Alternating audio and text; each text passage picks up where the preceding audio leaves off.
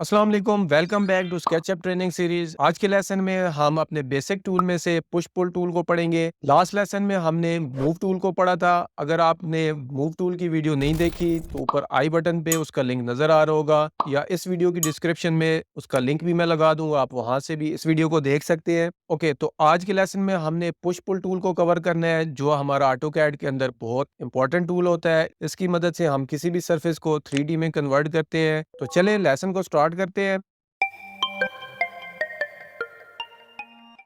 Okay, यहाँ पे मैं सबसे पहले कोई सरफेस क्रिएट कर लेता हूँ। मैं यहाँ से रेक्टेंगल टूल को एक्टिव करूँगा और यहाँ पे एक रेक्टेंगल ड्रॉ कर लेता हूँ।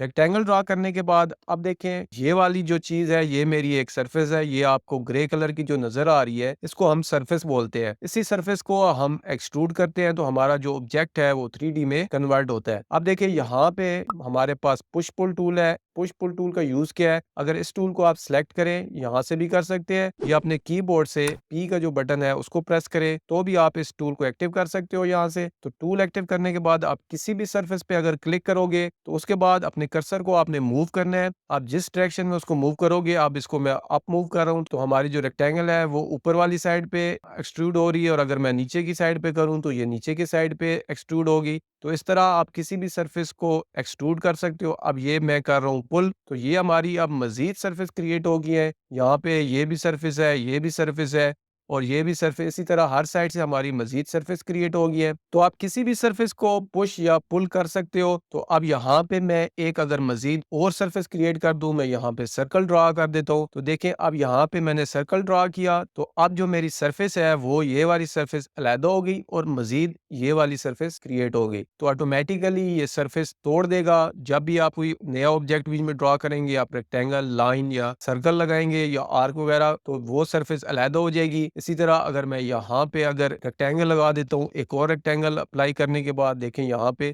तो अब ये मजीद की सरफेस अलहदा हो गई है और इसकी सरफेस अलहदा हो गई है। तो अब इसी पुश पुल टूल की मदद से मैं इसको पुश भी कर सकता हूँ अंदर की साइड पे, और मैंने अगर इसको पुल करना है तो देखें मैं इस सरफेस को ऐसे पुल भी कर सकता हूँ। आप इसको अंदर की जानिब पुश भी कर सकते हैं। तो देखिए, यहाँ पे मैंने इसको पुश कर दिया और इस वाली सरफेस को मैं यहाँ से पुल कर देता हूँ। तो आप जितनी सरफेस क्रिएट करते जाएंगे, आप जितना क्रिएटिव आइडिया लगाएंगे कि आप कैसे कैसे सरफेस क्रिएट करते हैं, तो उसी हिसाब से आपका 3D ऑब्जेक्ट जो है उसकी आप मॉडलिंग कर सकते हैं। अब मैं यहाँ पे अगर एक रेक्टेंगल और ड्रा करूँ, देखिए यहाँ पे मैंने रेक्टेंगल ड्रा कर ली और इसके अंदर मैंने एक और रेक्टेंगल ड्रा कर ली। तो अब देखें, यहाँ पे मैं इसको अगर पुश करता हूँ इस सरफेस को, तो ये मेरा इस तरह ऑब्जेक्ट पुश हो रहा है। और अगर मैं सिर्फ इस सरफेस को पुल करूँ यहाँ से पुश पुल टूल की मदद से, मैं इसको करता हूँ, तो देखिए अब मेरा यहाँ पे ये एक रूम क्रिएट हो गया है। अब रूम क्रिएट करने के बाद मैं यहाँ पे सिंपल रेक्टेंगल टूल अप्लाई करता हूँ। यहाँ से मैंने एक रेक्टेंगल अप्लाई करनी है, यहाँ पे मैं रेक्टेंगल अप्लाई कर देता हूँ। रेक्टेंगल अप्लाई करने के बाद अब इसी टूल की मदद से मैं इस सरफेस को पुल कर सकता हूँ। यहाँ पे मैंने इधर क्लिक करना है तो इस पे, तो देखिए यहाँ पे मैंने इसको पुश कर दिया तो आप देखिए मेरी यहाँ से सरफेस माइनस हो गई। इसी तरह अगर आपने विंडो क्रिएट करनी है तो विंडो क्रिएट करने के लिए मैं यहाँ पे एक और रेक्टेंगल अप्लाई कर देता हूँ। मैं इस वॉल पे कर देता हूँ। यहाँ पे देखिए मैंने एक विंडो अप्लाई कर दी। अब यहाँ पे रेक्टेंगल अब बनाने के बाद आपने इसके लिए विंडो जो है डिडक्ट करनी है आपने इस वॉल के अंदर से। तो यहाँ पे आपने इसी टूल का अप्लाई करना है। इसको यहाँ से मैंने सेलेक्ट किया और उसके बाद अंदर आपने कर देना है, या आप बाहर निकालना चाहते हैं तो इस तरह बाहर निकाल सकते हैं। और अब आपने जितनी इस वॉल की थिकनेस होगी उसी थिकनेस के मुताबिक आपने इसको अंदर पुश कर देना है। आप ज़्यादा पुश करेंगे तो आपकी वो जो रेक्टेंगल है वो दूसरी साइड से बाहर आ जाएगी। तो जितनी इस वॉल की थिकनेस है उतने ही आपने पुश करना है। तो आपकी यहाँ पे एक विंडो इस तरह क्रिएट हो जाएगी। आप यहाँ पे आप नेक्स्ट अपनी जो भी विंडो बनाओगे उसको आप यहाँ पे अप्लाई कर सकते हो। तो इस पुश पुल टूल की मदद से हम इस तरह सरफेस को 3D मॉडल में क्रिएट करते हैं। इसी का यूज़ हमें करना है पूरी 3D के अंदर। तो इस टूल के मैं मज़ीद आपको कुछ एडवांस बताता हूँ कि एडवांस हम कैसे यूज़ कर सकते हैं। ओके, यहाँ पे अब मैं एक रेक्टेंगल ड्रा कर लेता हूँ। तो यहाँ पे रेक्टेंगल ड्रा करने के बाद अब मैं इस ऑब्जेक्ट को, जो मेरा ये रेक्टेंगल है, इसको मैं पुश करता हूँ। तो देखें ये इस तरह एक पुश होके ऊपर एक और चीज़ निकल आई। हाइट मैंने दे दी तो इसको मैं पुश करता हूँ और हाइट दे देता हूँ यहाँ पे। और इसको मैं यहाँ से पुश करके ऐसे एक कॉलम की शेप बना लेता हूँ। तो देखें यहाँ पे मैंने एक कॉलम बना लिया।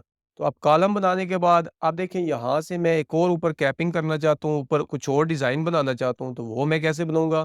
तो मैं ये पुश लिया।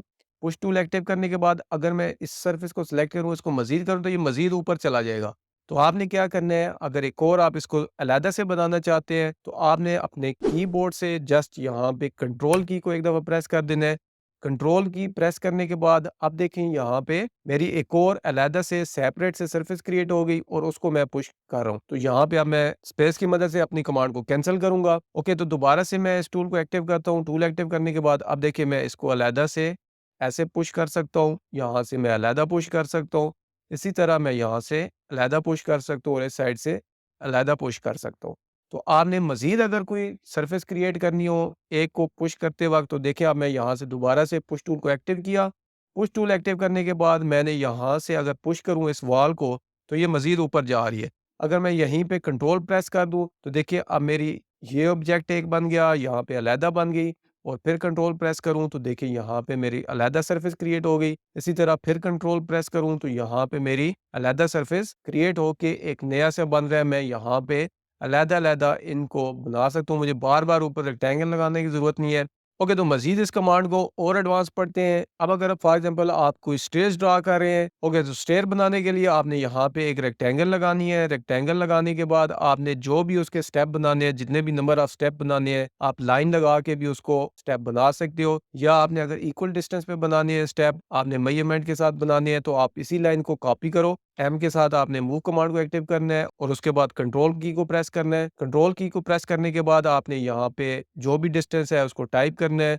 मैं यहाँ पे 12 इंच लिख देता हूँ। 12 इंच लिखने के बाद अब मैं मल्टीप्लाई कर देता हूँ, फॉर एग्जांपल 12 कर देता हूँ। 12 करने के बाद इंटर, तो देखिए यहाँ पे मेरी नंबर ऑफ लाइंस आ गई। तो यहाँ से अब आप यहाँ पे पुश करोगे। पुश करने के बाद आपने इसको 7 इंच राइजर में दे देता हूँ। तो देखिए मेरा ऑब्जेक्ट यहाँ पे 7 इंच है।